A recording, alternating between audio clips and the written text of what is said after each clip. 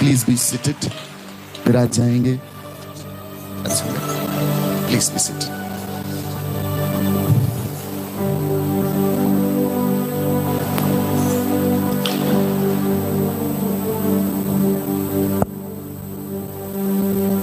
सतगुरु हमसे रीझ करी कहा एक प्रसंग, बरसा बादल प्रेम का भीज गया सब अंग। अपनी सूरत बनाई के मैं जो पी के पास गई, और जो छब देखी पीव की सो मैं अपनी भूल गई। क्या बात। हाँ, एक महिला पत्रकार हमारे भारत में स्तंभ है, और एक स्तंभ होता है मीडिया। आजकल देखिए पूरा मीडिया, ये रिपोर्टर, ये पत्रकार, ये बड़े पावरफुल लोग होते हैं। ये मीडिया बड़ी पावर, आज की सबसे बड़ी चैनलिंग शक्ति है मीडिया। हम अभी जो बोल रहे हैं, मैं जो बोल रहा हूं इसको लगातार कम से कम 20,000 लोग देख रहे हैं अभी राइट नाउ। हजारों लोग एक मिनट में एक दूसरे से कनेक्ट हो जाते हैं। तो जब प्रभु यीशु ने कहा जब मैं आऊंगा, और उसका वचन कहता है कि सारी दुनिया देखेगी, तो कैसे देखेगी? इन्हीं चीजों के माध्यम से देखेगी। आप क्या सोचते हैं? ये माध्यम यही होंगे। पूरी दुनिया, एक पल में आप सारी दुनिया देख लेते हो, आपके हाथ में दुनिया आ गई है। जब यीशु जी का आगमन होगा तो इसी तरीके से चारों तरफ ये फैल के दिखाई देगा। बोले प्रभु यीशु महाराज की। एक औरत, महिला पत्रकार, सुनिएगा बड़ी अद्भुत बात। महिला पत्रकार बिल गेट्स के पास आई। बिल गेट्स बड़ा धनी आदमी है इस विश्व का। महिला पत्रकार बोलती है, सर बिल गेट्स जी, मुझे आप अपनी सफलता का राज बताइए। Tell me the reason of your success. मुझे आप अपनी सफलता का कारण बताइए। तो बिल गेट्स ने अपना बैग खोला, उसमें से अपनी चेक बुक निकाली और उसको देते हुए कहा, निकाल के बोले, मैडम इसमें आपको जितना पैसा भरना हो भर दीजिए। तो वो औरत सकपका गई। बोले, सर आप मेरे प्रश्न आप समझे नहीं है, अर्थ नहीं समझे मेरे प्रश्न। मैं कह रही हूं कि आपकी सफलता का राज मुझे बताइए, आपकी tell me the secret of your success. तो उन्होंने फिर वो चेक आगे बढ़ाया। बोले, मैडम आपको इसमें जितना पैसा भरना हो भर दीजिए। वो औरत बोलती है, सर आप क्या कर रहे हैं? मैं आपसे क्या पूछ रही हूं और आप क्या कर रहे हैं? मैं आपसे पूछ रही हूं कि आप इतने सफल कैसे हो गए, इतने धनवान कैसे हो गए, इतने पूरे विश्व में आप सबसे धनी व्यक्ति हो, मुझे बताइए आपका। बोले, फिर उसने तीसरी बार आगे हाथ बढ़ाया। बिल गेट्स ने कहा, मैडम आप इस पे जितनी धनराशि लिखना चाहती हैं लिख दीजिए, मैं अपना सिग्नेचर कर दूंगा। सुनिएगा सुनिएगा, आपको पता है वो औरत फिर वही प्रश्न पूछती है, सर आप मेरी बात नहीं समझ रहे, लाइव चल रहा है सब, पूरी दुनिया देख रही है आपको, पूरी दुनिया आपको देख रही है। मैं आपसे प्रश्न ये पूछ रही हूं कि आप अपनी सफलता का राज बताइए। तो बिल गेट्स ने कहा, बस मैं यही बताना चाह रहा था, मैंने आपको 3 बार अरबपति बनने का अवसर दिया, लेकिन आपने उसको समझा नहीं। अवसर। तो बिल गेट्स कहते हैं, मैंने आपको अरबपति खरबपति बनने का अवसर दिया, मैं मजाक नहीं कर रहा था आपसे। मैंने आपके सामने एक अवसर रखा कि आप कुछ भी, कितनी भी अमाउंट या राशि लिख दीजिए, मैं सिग्नेचर कर दूंगा। आप अवसर से चूक गई। मैं अपनी लाइफ में आए हुए किसी अवसर को नहीं चूकता, इसीलिए मैं सक्सेसफुल हूं। I never miss any opportunity. Every opportunity I use.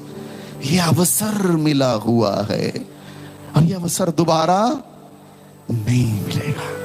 अवसर, और जब अवसर आए सजग हो जाएं, जागृत हो जाएं, अलर्ट हो जाएं।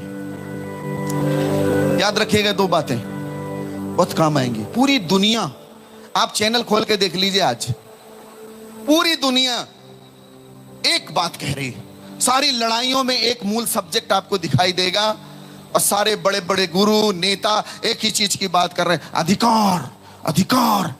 दलित कहते हैं हमारा अधिकार, ब्राह्मण कह रहे हैं हमारा अधिकार, ठाकुर कहते हैं हमारा अधिकार, मेरा अधिकार। पूरे विश्व में एक ही बात दोहराई जा रही, अधिकार अधिकार अधिकार।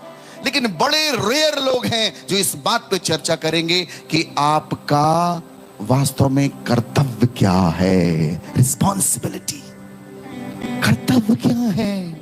मेरा भारत नागरिक होने के कारण क्या मेरा कर्तव्य है, इस विषय पे कोई चर्चा नहीं होती। योर ड्यूटी, ये मेरी ड्यूटी है। कचरा गिर जाएगा, हमने खाया, बोतल पानी पिया, फेंक दिया, ये आपकी ड्यूटी है। आप भूल जाओ कि आप क्या हो क्या नहीं। ये भारत के नागरिक होने के नाते आपका कर्तव्य है कि आपका देश गंदा ना हो। एक एक व्यक्ति की जिम्मेदारी है, हम सबकी जिम्मेदारी है। तो जब धर्म की बात करते हैं, धर्म का मतलब होता है ड्यूटी, कर्तव्य। कितने धर्म है, मातृ धर्म, पितृ धर्म, भ्रातृ धर्म, धर्म है। एक एक व्यक्ति यदि अपनी उस धर्म, अपनी उस ड्यूटी को समझ जाएगा, पूरा विश्व सुंदर हो जाएगा। आदम को प्रभु ने जब बनाया, उसकी सृष्टि की, उसको सारी चीजें देखकर ये कहा कि तू मालिक नहीं है, मालिक मैं हूं। अब तेरा कर्तव्य मैं तुझे बताता हूं, इसको भर दे, खुशी से भर दे, आनंद से भर दे, प्रेम से भर दे। अपने कर्तव्य से हट गया, तभी सब कुछ गड़बड़ हो गया। जो इंसान, पहला आदम अपने कर्तव्य से हटा है, अपने धर्म से हटा है, अपनी ड्यूटी से हटा है। आपको पता है, जैसे उसने पाप किया, पेड़ के पीछे जाके छिप गया। पेड़ के पीछे जाके छिपने का मतलब है सृष्टिकर्ता को छोड़कर सृष्टि के अधीन हो गया। यही दुख है, यही पीड़ा है। उसके बड़े सिंबॉलिक और मीनिंग और मायने छुपे हुए हैं उसके अंदर। बोली प्रभु विश्व महाराज की, परम पिता की, पावन आत्मा की। एक राजा बूढ़े हो गए, राजा बूढ़े हो गए तो राजा ने अपने मंत्री से कहा, यार मैं बूढ़ा हो गया हूं और मेरी राजगद्दी पर कौन बैठेगा, किसको बैठाना है। राजगद्दी पर बैठने के लिए कोई तो चाहिए, कैसा करें। 2 बेटे हैं मेरे, उन 2 बेटों में से कौन योग्य है जिसको मैं गद्दी पर बैठा के फुर्सत हो जाऊं, चिंता मुक्त हो जाऊं। तो मंत्री ने कहा, महाराज बड़ी छोटी सी बात है, आपके 2 राजकुमार हैं, दोनों राजकुमार के अपने अपने कक्ष हैं, अपने राजमहल हैं, दोनों से कह दीजिए भर दो। क्या कह दीजिए, क्या कह दीजिए, क्या कह दीजिए, भर दो। राजा भी हैरान हो गए, बोले मंत्री भर दो, तुम क्या कह रहे हो। बोले हाँ, दोनों को बोल दीजिए भर दो, ये परीक्षा है। हेलो, परीक्षा, परीक्षा का मतलब ही है पता ही नहीं है। परीक्षा, पर इच्छा, दूसरे को पता है, तुमको नहीं पता होगा। उसकी इच्छा से हो रहा है, वहां गुप्त है, वो सीक्रेट है, तुम्हारे लिए ट्रबल है, तुम्हारे लिए अज्ञात है, उसके लिए ज्ञात है। उसका मतलब है पर इच्छा, परीक्षा। मंत्री ने कहा परीक्षा ले लीजिए। राजा को भी नहीं मालूम, मंत्री को बस पता। बोले महाराज आप ये काम कर दीजिए, मैं बता दूंगा। अच्छा, राजा ने दोनों बच्चों को बुलाया, बोले देखो मैं बूढ़ा हो गया हूं, तुम दोनों में से एक इस गद्दी पर विराजेगा, लेकिन उसके लिए परीक्षा देनी पड़ेगी। ठीक, राजा ने कहा ये पकड़ो पैसे, थोड़े से पैसे दिए। उन्होंने कहा जाओ अपने अपने महल को भर दो। क्या कर दो, जोर से बोलेंगे, जोर से बोलेंगे, जोर से बोलेंगे, हाँ दाहिना हाथ ऊंचा करके बोलेंगे। बस खत्म कहानी, यही तो करना है, भर दो। दोनों राजकुमार चले, और दोनों की बड़ी इच्छा, राजकुमार सबको बनना है, सत्ता शक्ति ताकत बल सबको चाहिए। राजकुमार दोनों चल दिया। बोले यार भर दो, ये क्या चीज है यार, ये भर दो, ये बड़ा टेंशन वाली बात है, भर दो। ठीक है, तो पहला वाला राजकुमार छत की मुंडेर पे टहल रहा है, क्या करें भैया, हमको भी राजा बनना है, भर दो भर दो। उसने सामने देखा कूड़ा करकट गंदगी डली। बोले यार ये बढ़िया डला है, फ्री की चीज है। उसने कम पैसे जो थे, जिसे परीक्षा पास करनी थी, 24 घंटे की मोहलत थी उनके पास, 24 आवर्स। उसने 4 कर्मचारी बुलाए, बोले ये पकड़ो और इसको उठा उठा के मेरे कक्ष में भर दो। वो लोग भी बड़े हैरान हुए, पागल हो गया क्या। उन्होंने लाया ट्राली, भना भन भरे, भर भर के डाले, भर भर पूरा टना टन ठीक भर। दूसरा वाला राजकुमार बड़े से टहल रहा है, उन्हें भरना है यार, वो राजकुमार तो मुझे भी बनना है। उसको तत्क्षण आया याद मेरे गुरुदेव। क्या याद आया? गुरु। गुरु का मतलब है जो अंधेरे से प्रकाश की ओर खींच लाए। हाँ, खींचने वाला काम करता है वो। हालेलुया। बोले परमेश्वर महाराज की, परम पिता की, पावन आत्मा की। गुरु जी के बाद, गुरु जी ऐसी ऐसी परिस्थिति आन पड़ी है, परीक्षा जैसी स्थिति, आप बताओ। तो गुरु ने कुछ नहीं कहा। गुरु ने कहा आंखें खोल कर देखेगा तो प्रकाश नजर आएगा।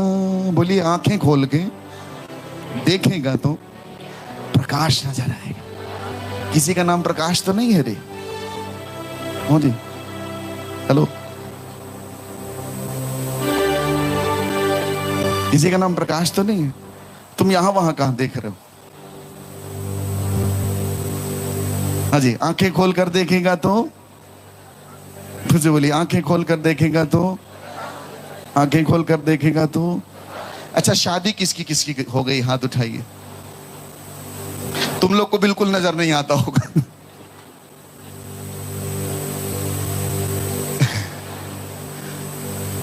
एक औरत ने अपने पति से कहा, सुनते हो जी, मेरा आधा सिर दर्द कर रहा है। तो पति के मुंह से निकल गया, जितना है उतना ही ना दर्द करेगा। और तब से पति का पूरा शरीर दर्द कर रहा है। गुरु की बात सुनी, आंखें खोल कर देखेगा तो प्रकाश नजर आएगा। वो समझ गया बात, पकड़ लिया उसने। एक शब्द गुरुदेव का ताका अनंत विचार था के मुनि जन पंडिता वेद न पावे पार। एक शब्द गुरुदेव का। प्रभु यीशु ने बहुत बड़ी बड़ी बातें नहीं कही, तुम आओ ऐसा होगा वैसा होगा। आपको पता है यीशु जी का जो जीवन है वो बड़ा अनूठा है। हम यीशु के व्यक्तित्व की बात कर रहे हैं। व्यक्ति को तो थोड़ा देर के लिए किनारे कर दीजिए, आप उसका व्यक्तित्व उठा के देखेंगे, आप हैरान हो जाएंगे। यूहन्ना के चेले, यूहन्ना ने जब पहली बार, यूहन्ना कोई साधारण व्यक्ति नहीं है, वो एलिया है। एलिया की आत्मा में प्रकट हुआ, वही रूप, वही स्वरूप, वही गुण, वही व्यवहार, वही आचरण, वही शक्ति, वही बल, वही आवाज। मैं निर्जन प्रदेश में पुकारने वाले की आवाज हूं। और वो आवाज एक बार मुखागर होती है उस क्षण जब उसने ईश्वर के पुत्र को देखा। तो कहते हैं पश्यामीश्वर शमेश शावका यो जगतो पाप भारम हरति। देखो परमेश्वर का मेमना, मेमना, हाँ, ये संसार के पाप हर लेता है। जब यूहन्ना ने देखा तो उसको महाबलिदान के रूप में देखा। ये सृष्टि का पाप हरने के लिए आए हैं। पापो हम पाप कर्म हम, वो पाप लेने आया है। वो बात सुन के यूहन्ना के चेले यीशु के पीछे हो लिए। यीशु के चेले कौन थे? वो यूहन्ना के चेले हैं, पीछे हो लिए। और गुरु ने पलट के देखा और कहा किमन्नी वस्य था। क्या खोज रहे हो? कौन हो? क्या ढूंढ? बोले गुरुदेव आप कहाँ रहते हैं? आपका स्थान क्या है? कौन से आश्रम से हो आप? कहां से आए हो? गुरु ने एक शब्द कहा। क्या कहा? आओ और आओ, पश्य, आइए देखो। और आपको मैं बता दूं, जो ये शब्द है ये साधारण नहीं है। इसका मतलब है उसका जीवन इतना सरल, सटीक, सुंदर, क्लियर था कि उस पर कोई भी टिप्पणी करने लायक। आओ और देखो। उस रात वो यीशु के साथ रहे। हालेलुया। एक आवाहन, मेरे पीछे हो ले, सब कुछ बदल गया। एक शब्द गुरुदेव। उसके गुरु ने कहा आंखें खोल कर देखेगा तो प्रकाश नजर आएगा। हाँ, समझ गया बात, पूरी बात पकड़ ली उसने, क्लियर हो गए। घर आया, दरवाजा बंद कर लिया। 24 घंटे पूरे हुए। संतरी, मंत्री, तंत्री, ज्ञानी, पूरा मीडिया, पूरा जितना प्रजातंत्र था वहां पर, दरबारी सब आ गए। मीडिया ले ले, हेलो, पूरा मीडिया इकट्ठा हो गया। हाँ जी, दरवाजा खोलो। पहला वाला दरवाजा खोला, भड़बड़ा के कचड़ा के साथ बाहर आया। पीछे कचरा ही कचरा। तो राजा संतरी मंत्री बोले, भाई तो क्या कर दी यार, बदबू इतनी, पागल हो क्या, ये कितना कचरा भरा। तो उसने कहा, आप ही लोगों ने कहा था भर दो, तो मैं भर दिया, अब बनाओ मेरे को राजा। अपने तरीके से, अपने हिसाब से सही सोचा है, सही चल रहा है। और चलो दूसरे वाले राजकुमार को खोलो, ना खोले, अरे खोले, जैसे खोला सारे संतरी मंत्री देख रहे हैं, जहां क्या भरा, क्या, बोले ये तो खाली पूरा। राजा भी गुस्सा करने लगा, लेकिन मंत्री मुस्कुरा रहा है। मंत्री की मुस्कान बड़ी सुंदर, मंत्री मुस्कुरा रहा है। राजा, सारे तंत्र के लोग गुस्सा कर रहे हैं कि यार जब तेरे को नहीं बनना था तो बता देता, उसी को बना देते। उसने कहा, दाहिना हाथ ऊंचा करेंगे, बोलेंगे आंखें खोलकर देखोगे तो प्रकाश नजर आएगा। जोर से बोलेंगे, आंखें खोलकर देखोगे तो। उसने, सबने, जितने लोग थे बड़े ध्यान से देखा। उस राजकुमार ने थोड़े से पैसों से हजारों दिए जला रखे थे और पूरा कमरा प्रकाश से भर गया था।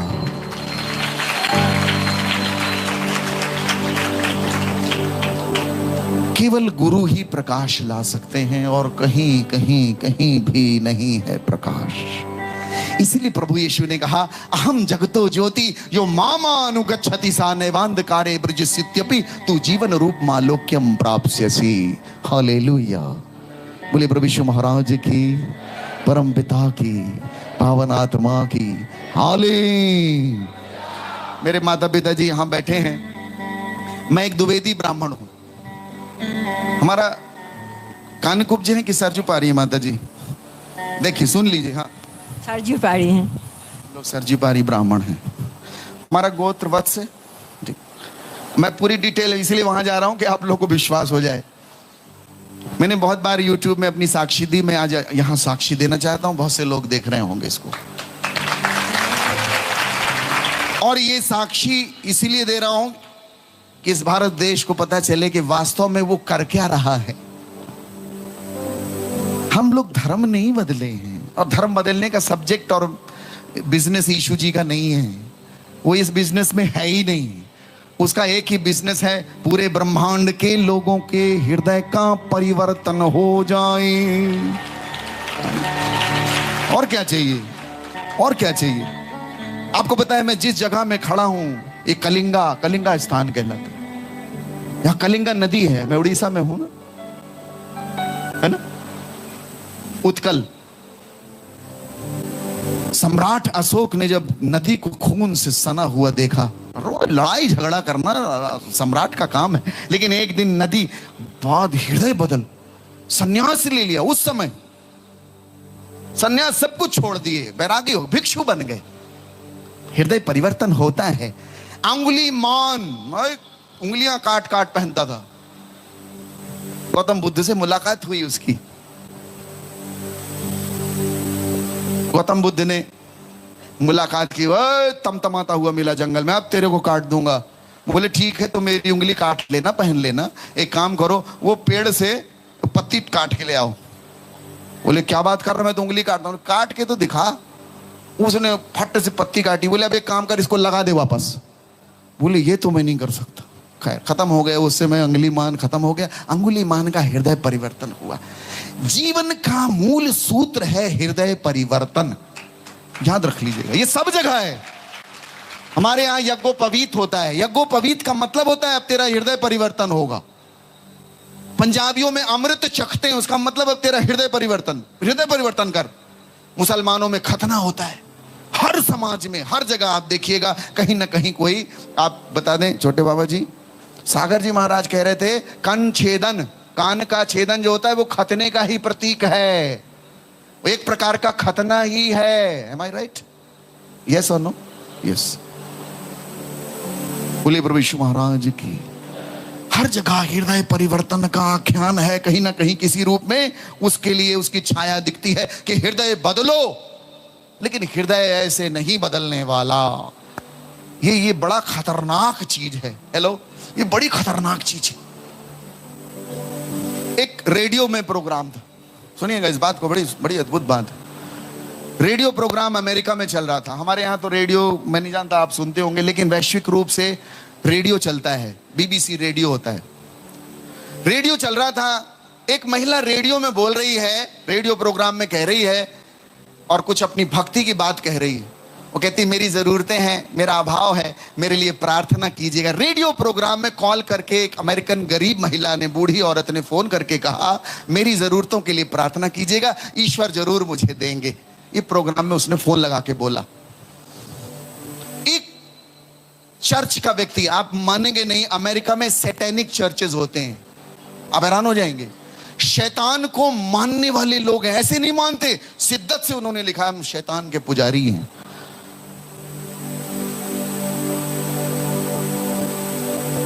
और एक धनी आदमी जो शैतान का पुजारी था, सत्य घटना है, वो ये प्रोग्राम को सुन रहा था। उसने मन ही मन बोला, यार मैं इस औरत का मजाक उड़ाऊंगा, इसकी खिल्ली उड़ाऊंगा। ये प्रभु प्रभु बोल रही थी, ये औरत कहां, इसको ढूंढते हैं। उसने फोन लगाया रेडियो स्टेशन में, उसका एड्रेस ले लिया, अपने कर्मचारी को बोला 1 महीने का राशन इसके घर लेके जा, सब कुछ लेके जा, बिल्कुल गाड़ी भर के लेके जा। और जब ये पूछेगी किसने दिया है, तो बोलना शैतान ने दिया है, मजा आ जाएगा, खिल्ली उड़ेगी उसकी। ठीक। अब उसने भरा सामान पूरा, एक बड़ी गाड़ी में 1 महीने का राशन गाड़ी में भर के लेके गया उसके घर। और वो बुढ़िया को उसने दिखाया कि सामान आया है आपके लिए, ये ले लीजिए। और वो बुढ़िया कमर झुकी, डंडी ली, धीरे धीरे वो अपने कमरे में रख रही है सारा सामान। अभी आदमी खड़े होकर सोच रहा है कि साहब ने, मेरे अधिकारी ने, मेरे मालिक ने कहा है कि जब वो पूछेगी तो बोलना शैतान ने दिया है ये सब। अब वो वेट कर रहा है, वो बुढ़िया कुछ बोल नहीं रही है, बढ़िया सामान उठा उठा धर रही है, सामान उठा। अब उससे रहा नहीं गया, 1 घंटा हो गया, देखते उसको खिंचा। बोले ये नहीं पूछोगी कि कौन भेजा है? ए बुढ़िया, ये नहीं पूछोगी कि कौन भेजा है? उस बुढ़िया ने कहा कोई फर्क नहीं पड़ता, अगर ईश्वर चाहेगा तो शैतान को भी भेजना पड़ेगा।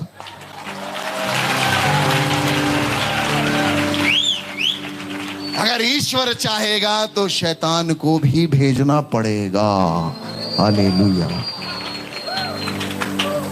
ये भक्त लोग हैं। एक औरत, मैं चैनल के माध्यम से बोल रहा हूं, एक शर्मा बहन कोई, मैं देख रहा था, हम चैनल इतना ज्यादा हम अपना भी नहीं देखते हैं, हम अपना गाना भी नहीं सुनते हैं, बना दिए उस लोगों के लिए। कोई शर्मा मैडम ने कोई है दिखाया, एक औरत, एक आदमी को 1 थप्पड़ मार दिया उसने। मैं देख रहा था। मैं आपको एक बात बता दूं, उस आदमी को जब 1 थप्पड़ मारा, वो थप्पड़ पड़ने के बाद इसमें भी मार दीजिए। मैं कहता हूं वो लड़का अमर हो गया हो।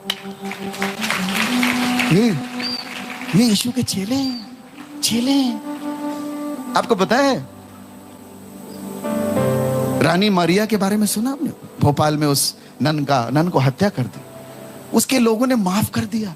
इसी जगह उड़ीसा में दारा सिंह, उसने ग्राहम स्टेन्स और उनके साथ के बच्चों को भी मार डाला। आपको पता है उसकी औरत ने माफ कर दिया।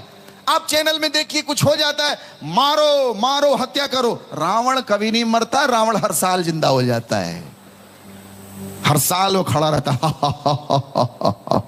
ये रावण नहीं, अंदर अंदर के रावण मरने बहुत जरूरी हैं। क्षमा करिएगा, मैं कुछ चीजें नहीं बोलूंगा, लेकिन बहुत रावण घूम रहे हैं, उनका दहन होना जरूरी है। और सबसे बड़ा रावण हमारे अंदर बैठा हुआ है। इसीलिए प्रभु का वचन कहता है, इस संसार में सबसे बड़ी भ्रष्ट चीज है इंसान का हृदय।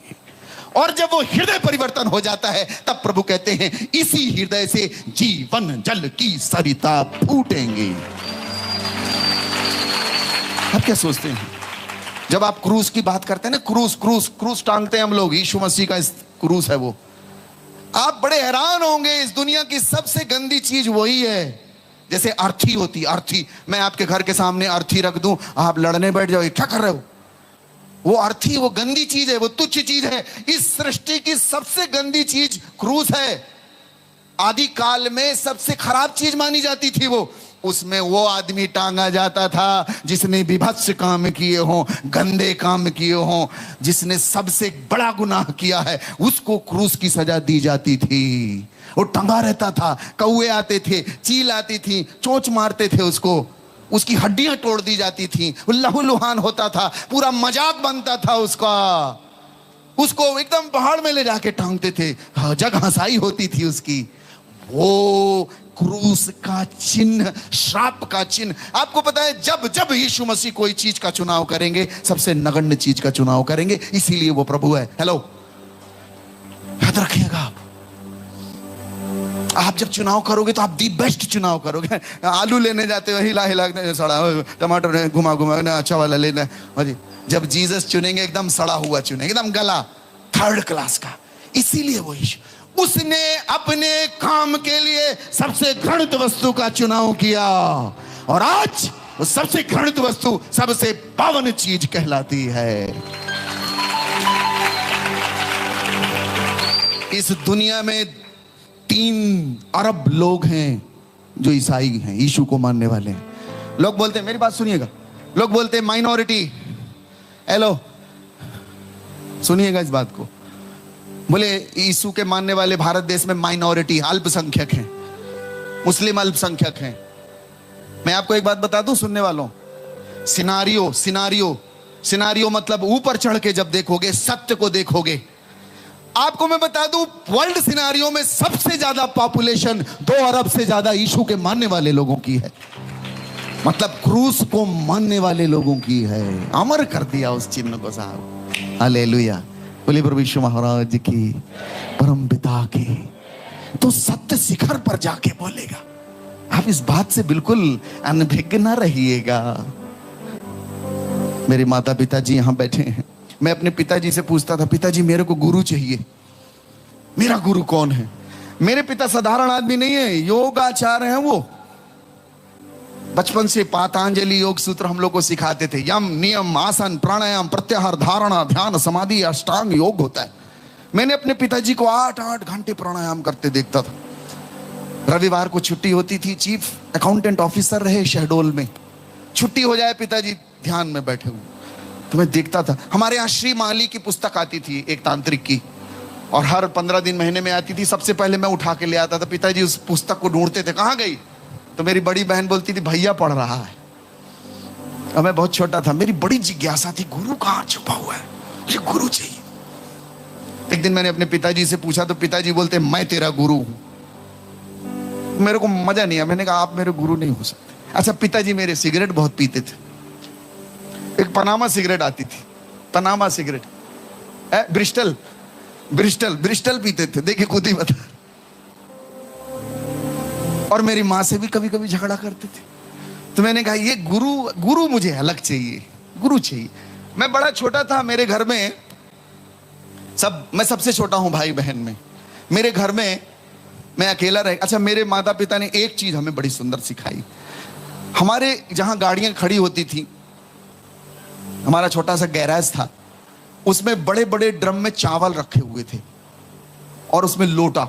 तो माताजी पिताजी ने कहा, कोई भी मांगने आता है उसको कुछ ना कुछ देना है। मुझे याद है साहब, कोई नहीं था घर में, सारे भाई बहन स्कूल में, मैं सबसे छोटा अपने घर में था। और मुझे अच्छे से याद है, मैं 5वीं कक्षा में था। तो बाबा, एक बड़ा पेट उनका, गजब मध्य प्रदेश बड़ा हुआ उनका, चिल्लाए, अलख निरंजन। तो वैसा चिल्लाए, मैं बाहर निकला। मैंने कहा, अरे बाबा जी, मोटी मोटी रुद्राक्ष की माला, प्रचंड दुर्गा। मैंने कहा, बाबा जी हाँ। तो मैं जल्दी से गया, मैंने लोटा भर के चावल भरा उसमें, बड़ा लोटा, और देने गया। मैंने कहा, ये लीजिए। मैंने कहा, मैं डर गया। मैंने कहा, अरे तो ये नहीं चाहिए आपको?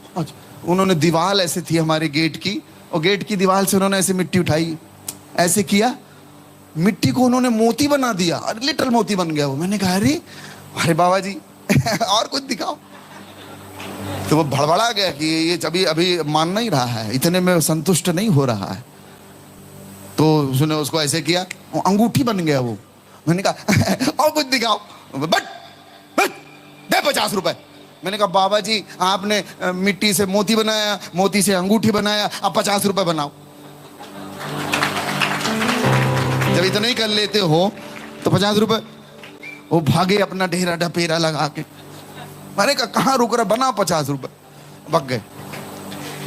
तो मेरे दिल में एक इच्छा थी, यार ये बाबा गुरु साधु ये भी ऐसे नौटंकीकार है। कहीं एक इच्छा थी कि कहीं कहीं एक बड़ा गुरु, कहीं बड़ा सत्य है। हम बचपन से पढ़ते थे।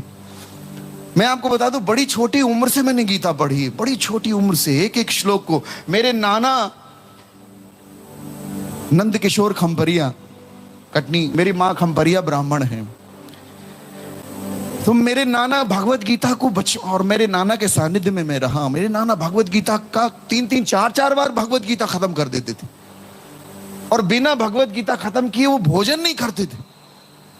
तो एक बार मैंने नाना से पूछा कि नाना जो आप पढ़ते हो उसका अर्थ जानते हो? तो नाना ने कहा बेटा अर्थ जानने की जरूरत नहीं है, परमात्मा अर्थ जानता है। मैंने कहा ये तो बड़ा अनर्थ है। तो समझ में नहीं आता था कि कहां है, क्या है।